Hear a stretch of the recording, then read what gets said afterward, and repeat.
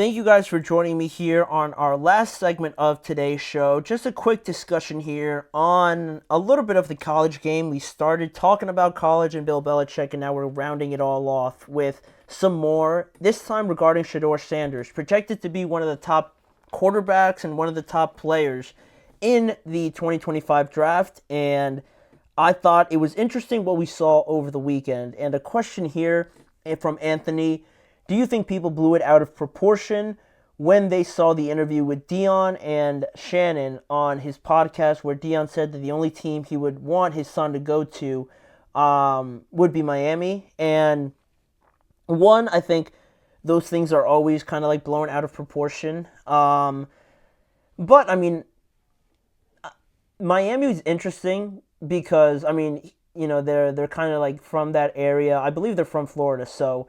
That's one thing, and wanting to go back there and play there would be awesome, I'm sure, but it is always blown out of proportion. But also, I think, when you say Miami, Tua's there, he just got paid and everything like that. I know there was the health concerns and things like that, but I took it more as like a bit more of a joke, just because the fit, right? If you have Tua there and it doesn't look like he wants to stop playing, you can say that, but in reality, I don't think it was ever going to actually happen. So, yes, it was blown out of proportion. They're always going to be blown out of proportion, but I never really held, any sort of, like legitimacy or reality to it, if that makes sense, right? He could say that, and of course it's going to draw headlines, but I don't think it's something that the Dolphins would even explore. So, what I think could be a little bit more reasonable in terms of what's put out there on where Shedeur is going would be something I saw over the weekend, where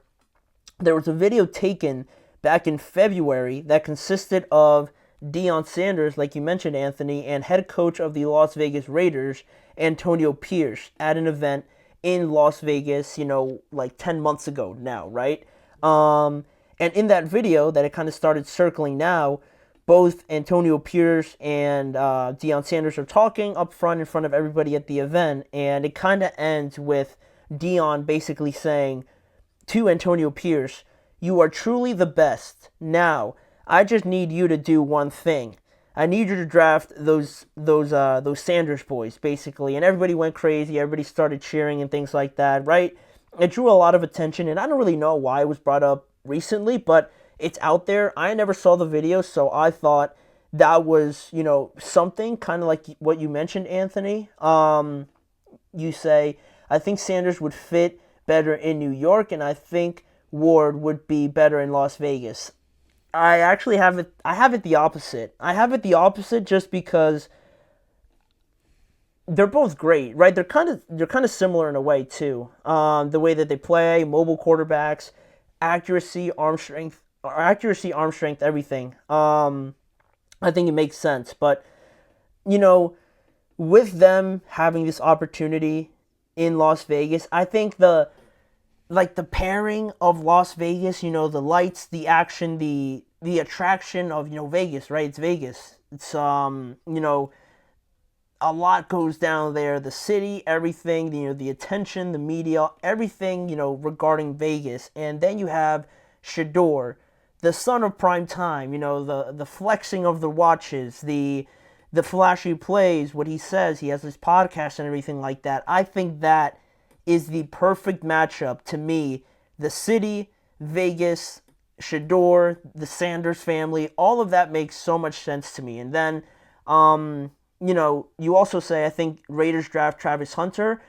That's not a bad pick, but I also feel like the Raiders kind of got, this is also kind of weird because I was going to say, I feel like the Raiders kind of got the short end of the stick in this year's draft, where they missed out on all the quarterbacks, right? All 6 of them, they went right before the Raiders. But I don't think they got the short end of the stick because they got Brock Bowers, and now he's an absolute monster. But because they didn't get a quarterback, I think this year, if they have a top 2 pick, I always feel like they almost have to go out and get one, right? At this point, right, especially with Shedeur and Cam Ward there, if you can get one of the two, and again, I think it should be Shedeur, if they have the number 2 pick, then I think you have to go out and get him, just for that reason. But what scares me is Look what happened in the receiver that the Raiders drafted recently. The Vegas lights got to him. Hope that doesn't happen to Sanders. That's fair. What I see happening, I think the Raiders draft defense this draft and wait till next year when Arch Manning comes out.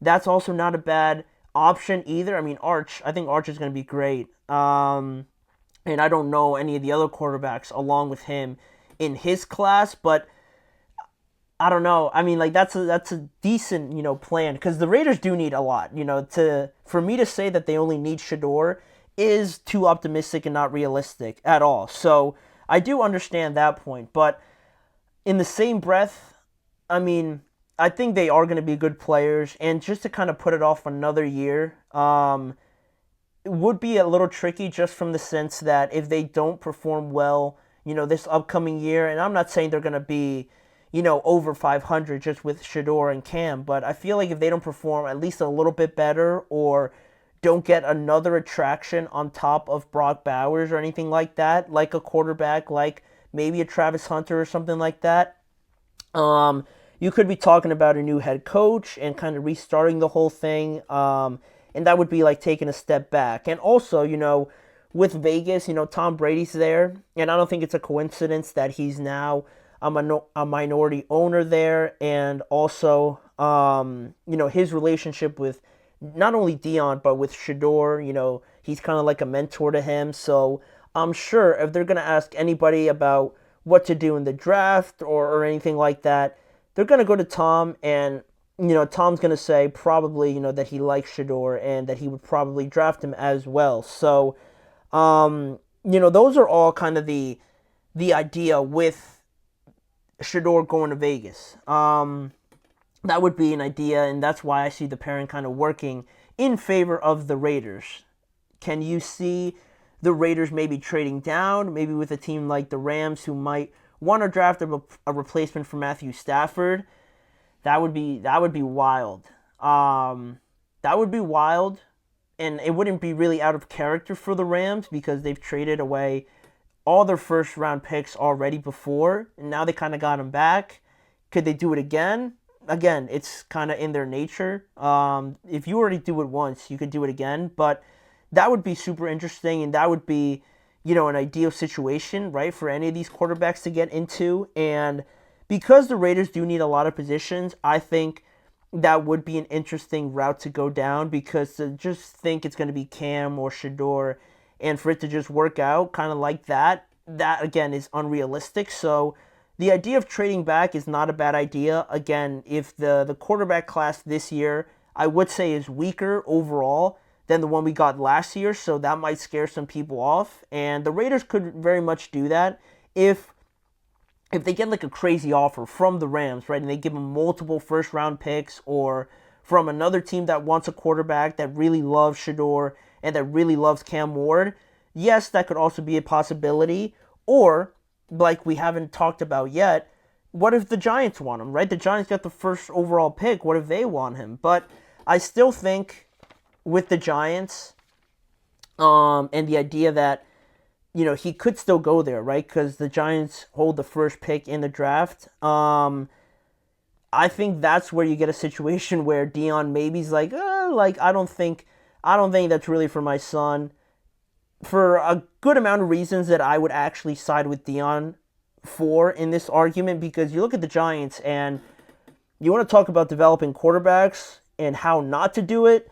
You kind of look at that organization, right? Not only did they pay him all this money that they overdrafted for taking him like 6th overall, they really never got it right with protecting him, putting people around him, other than Saquon, but they let him walk out the door. So back then, when we talked about the effects that could have on the Giants, right? You have outside people looking at this organization like they don't take care of their guys. They don't take care of their real game-changing talent. And with that, I think comes the idea that maybe Deion looks at them and it's like, I don't like the way you treated Daniel Jones. I don't like the way you treated Saquon, or even Xavier McKinney. I don't want to send my son there. So I think that's where it could get a little bit ugly, with like an Eli Manning situation, pretty ironically, because it's involving the Giants. But back to Travis Hunter, do you think any general manager, even from a rebuilding team, will allow him to play both receiver and corner at the same time in the NFL, or are they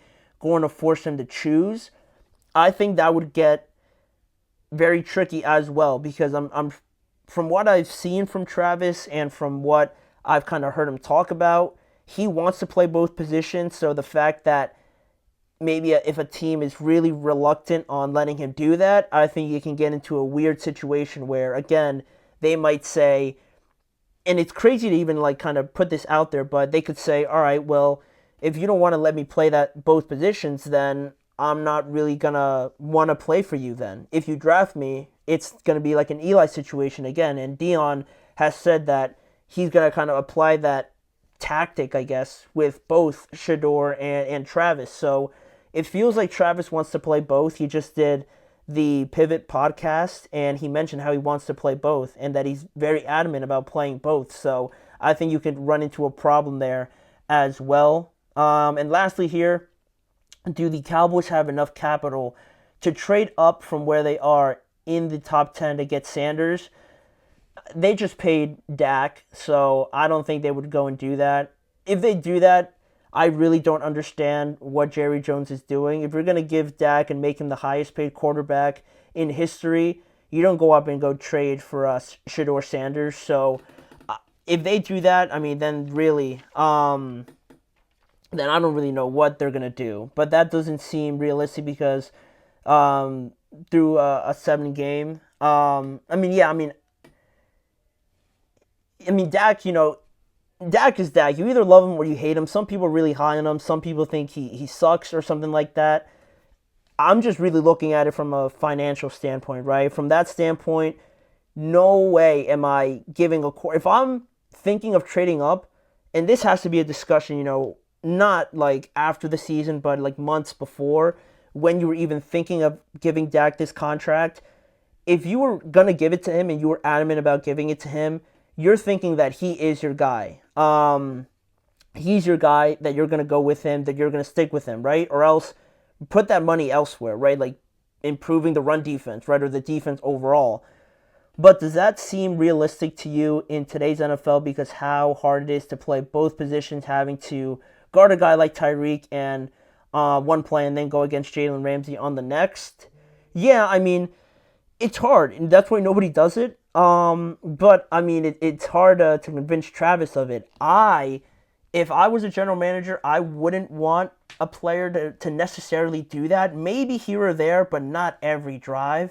Maybe you can convince him of that, but I don't personally know. I've just seen and watched, what he's talked about and kind of reflected on. So it feels like he's pretty adamant. And what you're bringing up does make a lot of sense, and the confidence and all of that. But I'm just kind of relaying what Travis is sort of feeling like, and I think that could be an area where it gets a little bit tricky. I love Travis and his confidence, but he has to be realistic in what teams are going to expect of him, because you can't be doing that in the NFL. It's true, but also you think of, and I don't want to make it all about money, but could you imagine the value he could get from being the only player to play both positions and being very good at both of them? How much, leverage that gives them in terms of, the financial side of things?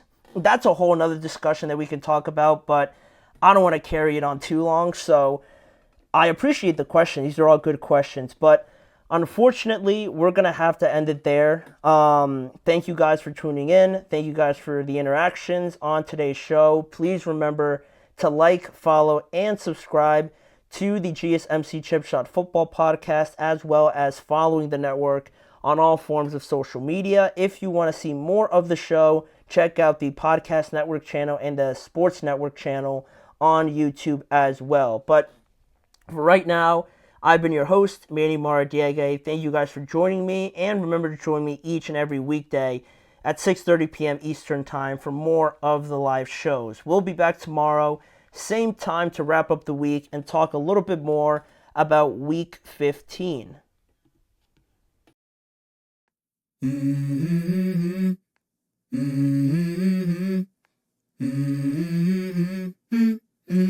Let's go. I wake up to a little bit of drool on my pillow, feel like it's gonna be a bad day. Yeah, I'm tired of shit, and the coffee ain't hit yet, damn, ain't that great. I don't wanna go to